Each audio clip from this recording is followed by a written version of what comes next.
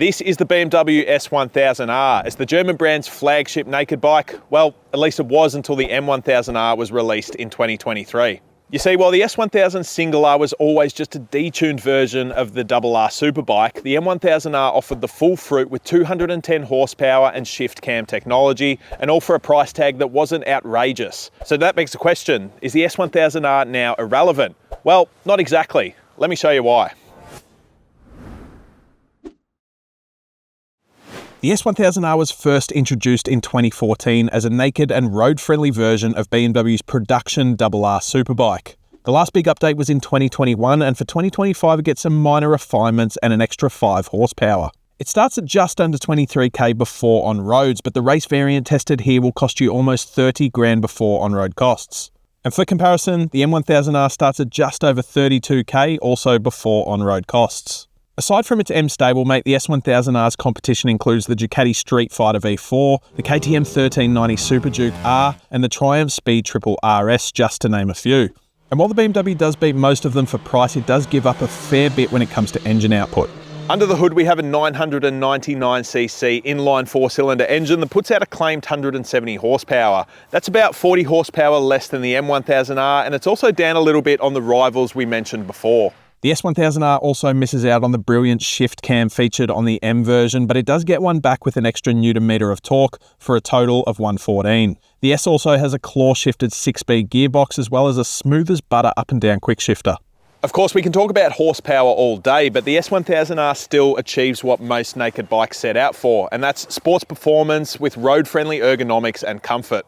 The S1000R seat height sits at about 830mm, while the overall ride position is sporty without being too aggressive. Our test unit was also fitted with heated grips and a GPS holder, ensuring it's ready for those long commutes, while the bike's listed weight is just 199 kilos full of fuel. Performance figures aside, the biggest difference between the M and the S is what tech comes as standard. Where the M has just about every bell and whistle you can think of, the S is a little bit more of a basic affair, but that's relatively speaking because the S is still very, very well equipped.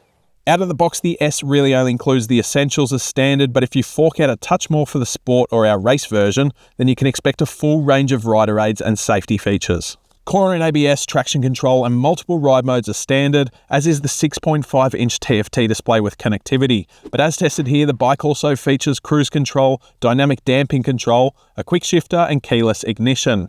Unlike the M though, there is no slide control, wheelie control or launch control. Okay, so on paper, the M is definitely the more comprehensive machine, but that doesn't make the S any less impressive. Because if the M is BMW's masterpiece, the Mona Lisa, shall we say, then the S may as well be the Last Supper.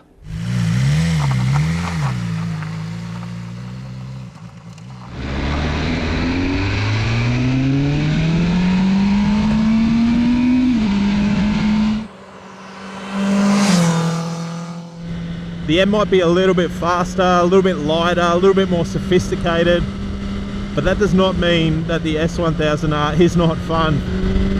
It is an absolute blast. The power plant in the S does lack a little on paper, but in the real world it works exactly as it needs to, offering plenty of punch where it matters. It has a great spread of torque, good throttle response and can easily be ridden at a more casual pace. A good thing considering that higher revs offer a fair bit of vibration. And the S is still important for one simple fact, and that's that you don't need 210 horsepower on the road. We need to remember that the M is designed for a specific niche.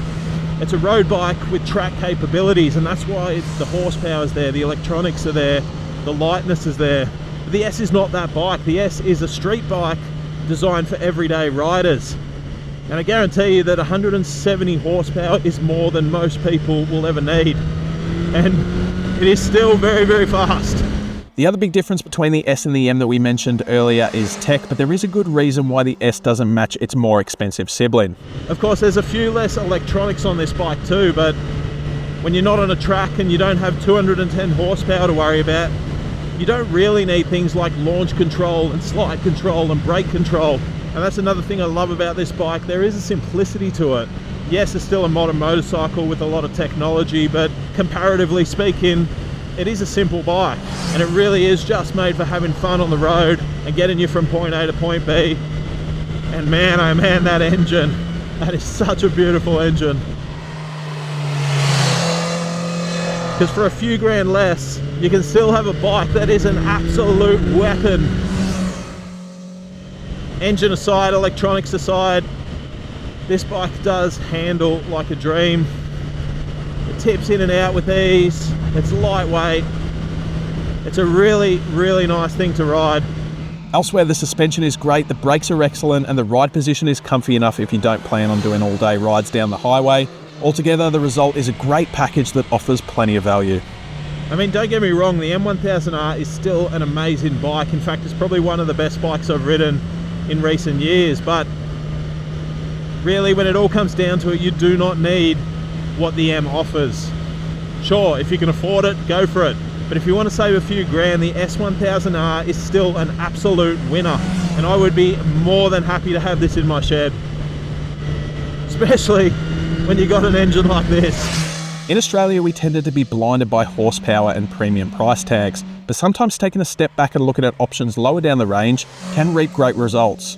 And the S1000R is a great example of that. Simple and sensible, not two words you'd normally use to describe an inline four-cylinder bike with 170 horsepower. But compared to the M1000R, that's exactly what this bike is. And that's fine by me, because for a few grand less, you still get a bike that puts a smile on your face and is made for a wider variety of riders. And that's why this bike is still very, very important for BMW. Well, what do you think? Are you Team M or Team S? Tell us in the comments below, and don't forget to like this video, subscribe to the channel, and stay tuned for more bike sales videos very, very soon. Thanks for watching.